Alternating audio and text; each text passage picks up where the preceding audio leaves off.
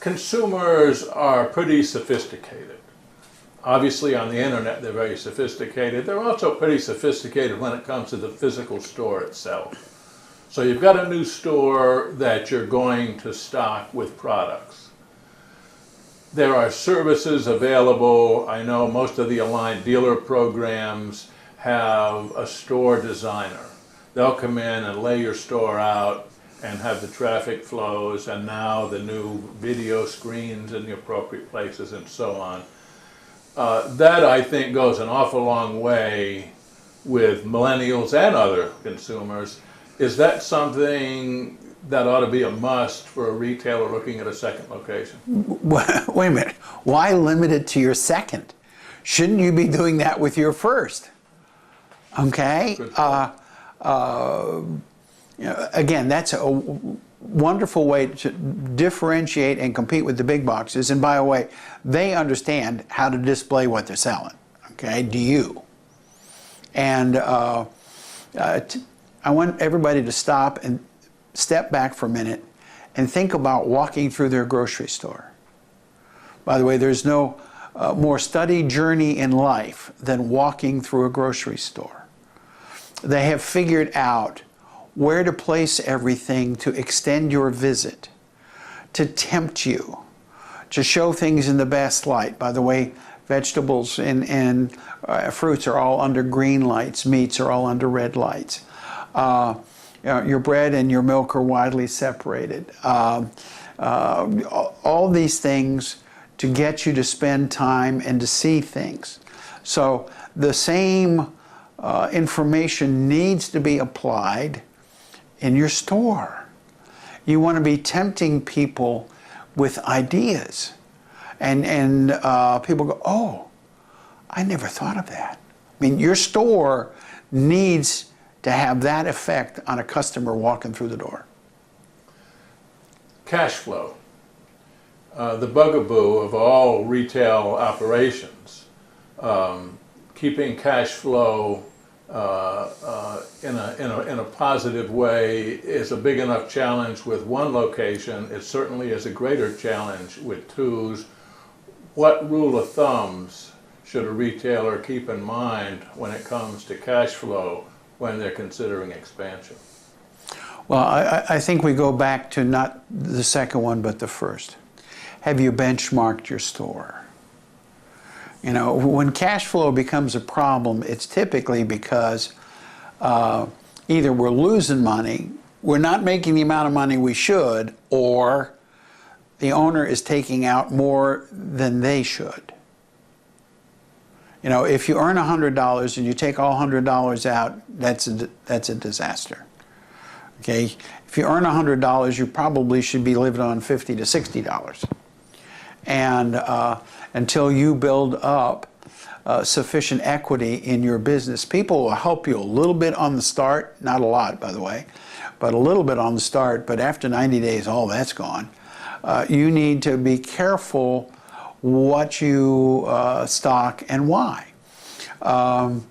Retail women's clothing is a great example. I've got some clients that laugh when they go to the various shows, and somebody will say, "Oh, won't this make a beautiful window for you?" And the experienced retailer says, "I don't care about the window. I want it to go out the door." Okay. Yes, we're going to constantly change out our windows, but if something's in the window for more than a week, we have failed. Mm-hmm. And so we need to be looking at what we're putting in our store. Again, if we've talked to our customers and and their advisors, the contractors and the decorators, and we listen to the industry experts, okay, then we're probably going to have a better idea of what it takes and to open that store. And so really one of the questions is going to be, can I afford to do it? Okay, and it can't all be on borrowed money. That's another recipe for disaster. So if you've got your first store and you really can't afford the second one, then my advice is, well, let's clean up the first. Right. Good, okay, good and if You know, if we've got 50% of the costs of opening the new store, that's probably a good place to start. Buying the new location or renting the new location. And I'm thinking back, a lot of retailers who decided to retire maybe 10, 15 years ago, maybe they sold their business, but their real retirement came from what they made from the real estate. Times have changed, and that may or may not be something that one could count on for the future. What would your advice be there? I think that's an answer to each location. Sometimes being in the right place, you can't buy it.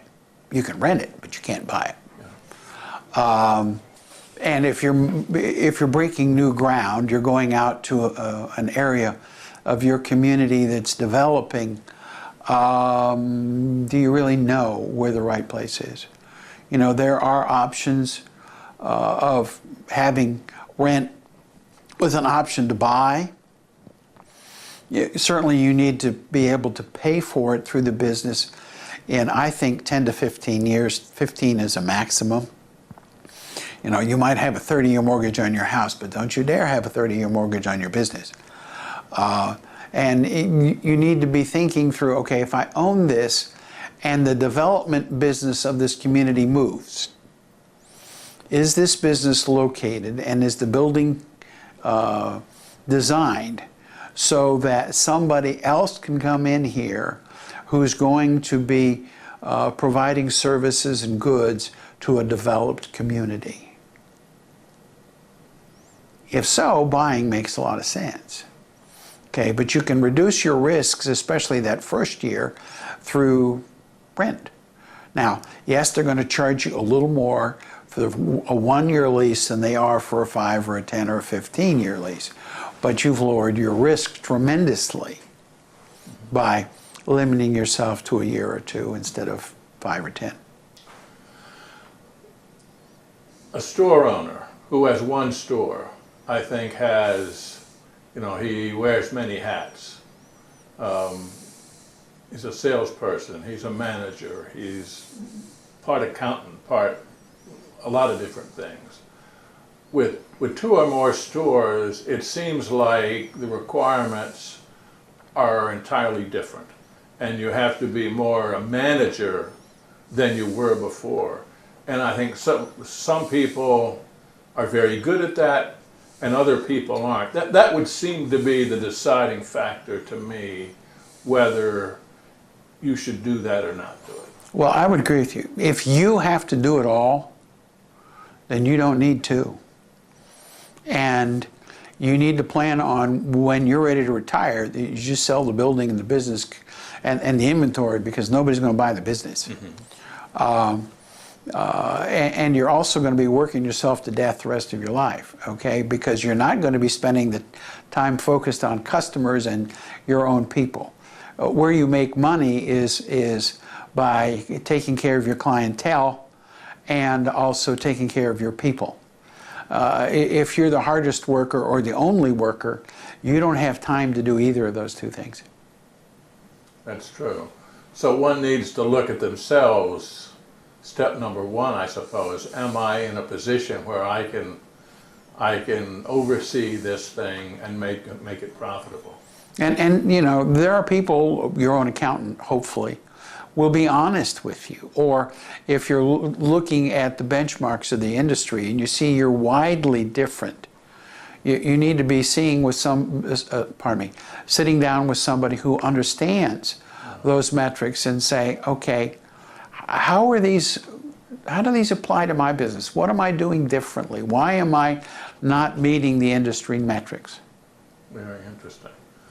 Well, I'm sure over the course of this and next year, we're going to see lots of smaller retailers take the plunge, and I wish them all luck. And what would be your final advice to these retailers who, as we're speaking now, are contemplating expansion into another store? You can either plan to succeed or just start off and fail. So plan. You know, we talked about the things that they need to do to have a soft and happy landing and ending, or they can just do it, and you know, that's sort of like throwing the dice at a crap table.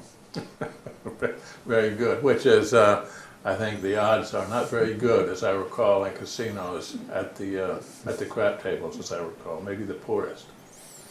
Good advice. Thanks very much, Larry. Great conversation. Always a delight to be with you, Dave. We've been talking with Larry Winter of Winter and Scoggins CPAs, and this is Talk Floor TV.